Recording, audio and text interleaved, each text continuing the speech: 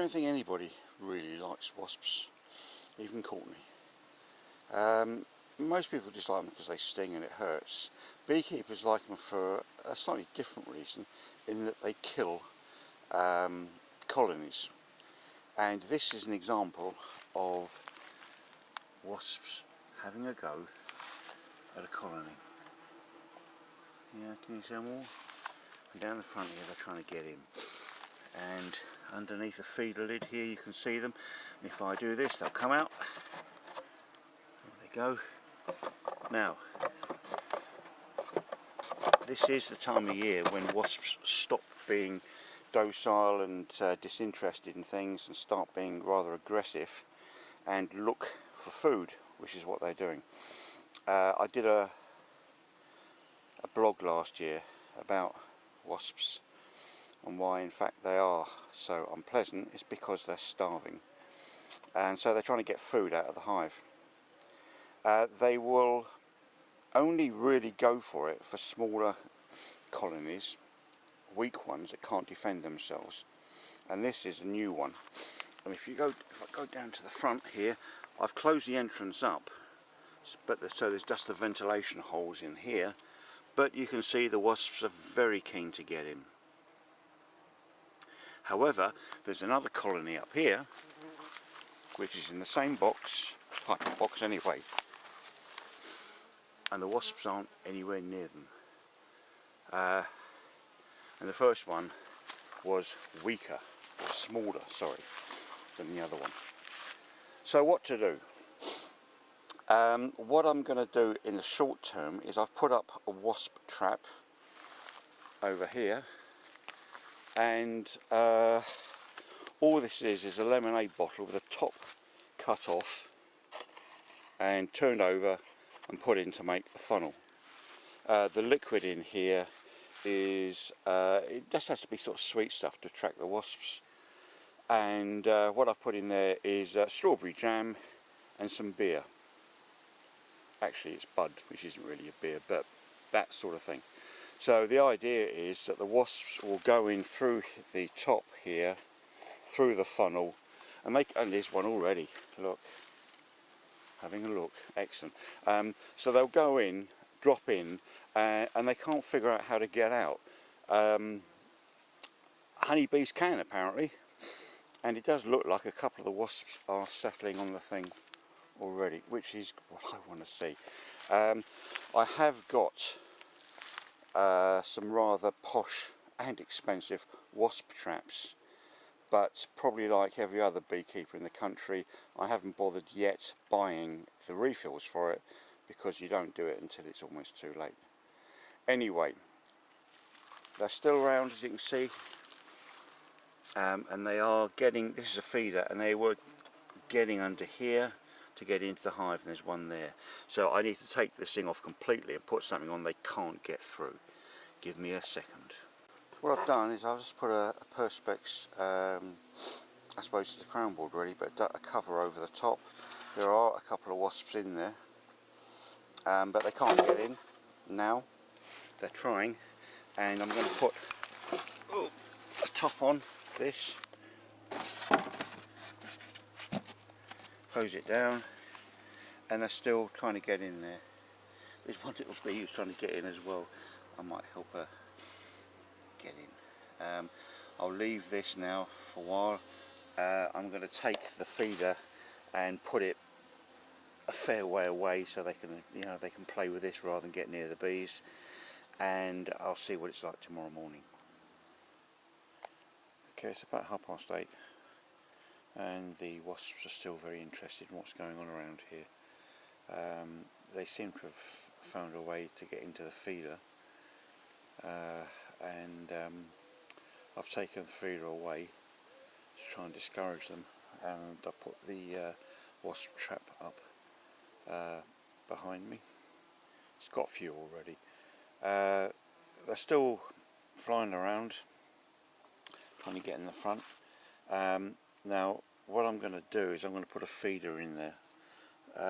This is what's called a frame feeder, and the wasps are very interested in this as well.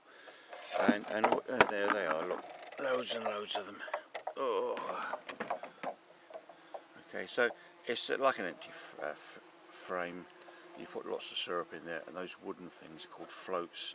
And the idea is the bees can get in there and have a drink but not drown themselves, like the wasps have just done. So I'm going to put that in there and then sit here for another half an hour or so, whacking any wasps that try to get in the front, and then close it all up so the bees that are in there will have some food and they won't have to worry too much about getting out.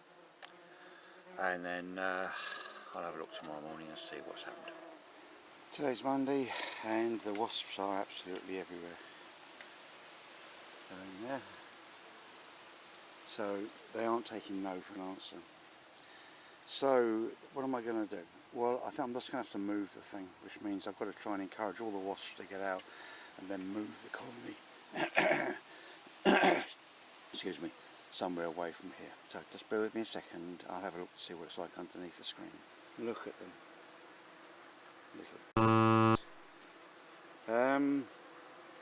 There's nothing I can do about this. They are dialed into this hive now, and if I leave it they will quite probably kill it off. So I'm going to close the entrance up completely so they cannot get in, and then later on today I will move this somewhere safer, which will probably be School End. Okay, it's about 3 o'clock, 4 o'clock, something like that, on Monday afternoon, and I think the best thing to do with them is to move them completely away from Ravensden. I had thought of putting them at the end of the garden, but there's a lot of wasps hanging around the shed, so I thought the easiest thing to do, bearing in mind the traditions about the distances you can and can't move bees, I'll bring it down to School End, which is where it is now, and it's in company with the 2 swarms that I've done videos about, one in Biddenham, one in Wootton, and the other bees are way down there somewhere. So this is sort of the experimental research area, if you like. Now when I opened it up they all came pouring out, and I'm going to leave them here now. I'm going to come back tomorrow and check them and see how they're getting on. Today's Thursday, I've come up to check them. Still rather more wasps around than I would like. So I've done a couple of things. Firstly, I've closed the entrance up so it's just a bee width, so hopefully that'll make it easy for them to protect. I've also moved them closer to the 2 swarms, the Biddenham and Wootton swarms. There's a lot of bees flying around, so hopefully that may discourage the wasps, 2 of which just came out of the hive. And also there's a wasp trap over there, which hopefully will attract them away. We shall see. I'll probably come up again later this evening or tomorrow morning just to see how they're getting on. It's about 6 o'clock and it's not too bad, it's not great, but it's not too bad. The entrance has been closed up, and there are a few wasps around, but not as many as there were this morning. And just inside the entrance there, around the back there are a couple of bees, and they seem to be, there she comes. Yeah, you see, they're trying to stop them from getting in, because they seem to be doing okay. There we go, well done. So you sort them out, girls. So that's not too bad. We're going to leave that narrow now, and I think we're okay now. I will come and check it every now and again just to make sure things aren't getting, yes, there's a couple in there, but they seem to be being defended now. The reason that they're not getting into the other 2 hives, which are next to them, is if you have a look, there's a few more bees there, isn't there, really?